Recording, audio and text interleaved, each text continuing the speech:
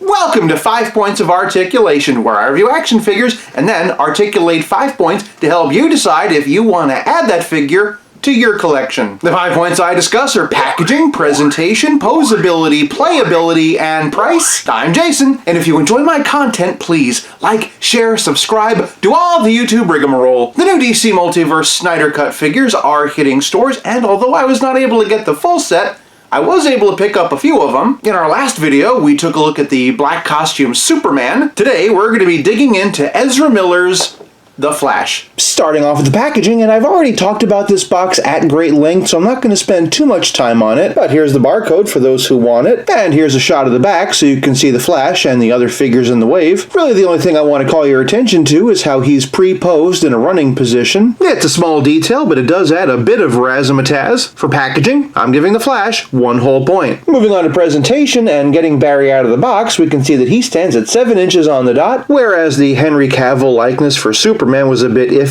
I do think that this Ezra Miller likeness is pretty spot on. The problem with the movie Flash costume is that it is so clunky and busy that you really don't get a very good look at it. So the nice thing about this action figure is I can finally just kind of step back and get an idea of what the suit actually looks like. For example, all this incredible tech detail on the back of his mask. You really get the sense that all of this is to brace the back of his head and keep his neck from snapping when he's running so fast. And I love how it goes down his spine, reinforcing his whole back. It would definitely benefit from a wash to bring out all that detail, and all those wires should definitely be painted silver. But there's only so much you can do for a $20 action figure. That being said, as always, the texture detailing is fantastic. We can especially see the contrast of different textures in his legs. It does look good on film, but I would question the use of fingerless gloves. I'm just saying, you would think that forensic investigator Barry Allen would know about the dangers of leaving fingerprints. Moving on down, the groin is this soft plastic diaper piece. It seems kinda big for this body, but it does come in really handy when you're putting him in running poses. As a movie costume, I do think it's a little bit busy, but as an action figure, I can't help but get lost in the details. Missed paint job opportunities aside, for presentation, I'm giving the Flash 1 whole point. With a character like the Flash, posability is everything, and this figure does not disappoint. He can look all the way up, which is really remarkable considering all the stuff he has in the back. He can mostly bury the chin, pretty decent tilt, and all the way around. Arm goes up way above 90 degrees, full unencumbered rotation,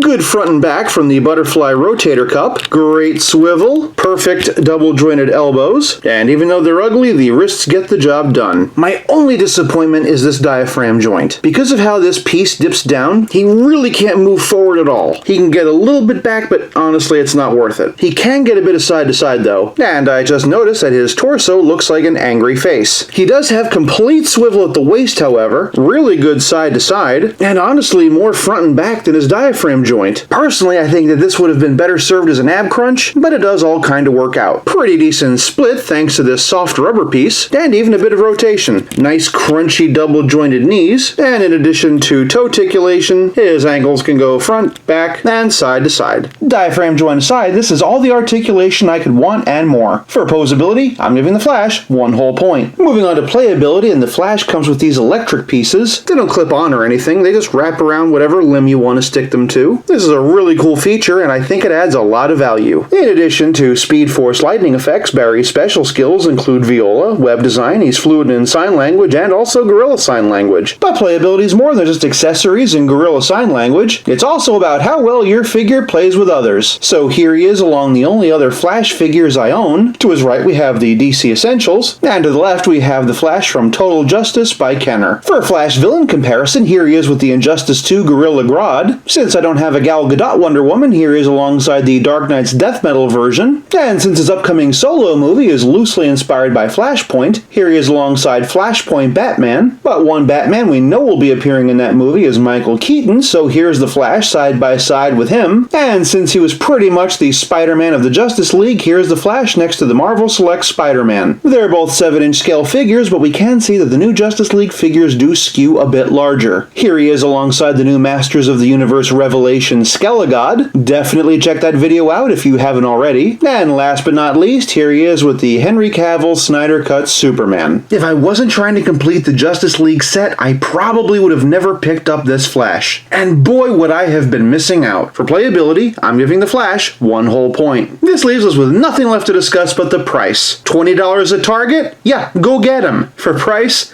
I'm giving the Flash 1 whole point for a grand total of 5 out of 5. I hope you've enjoyed this look at the McFarlane Toys DC Multiverse Snyder Cut Flash. Thank you so much for watching. I'll be back again real soon, but until then, play nice and have fun.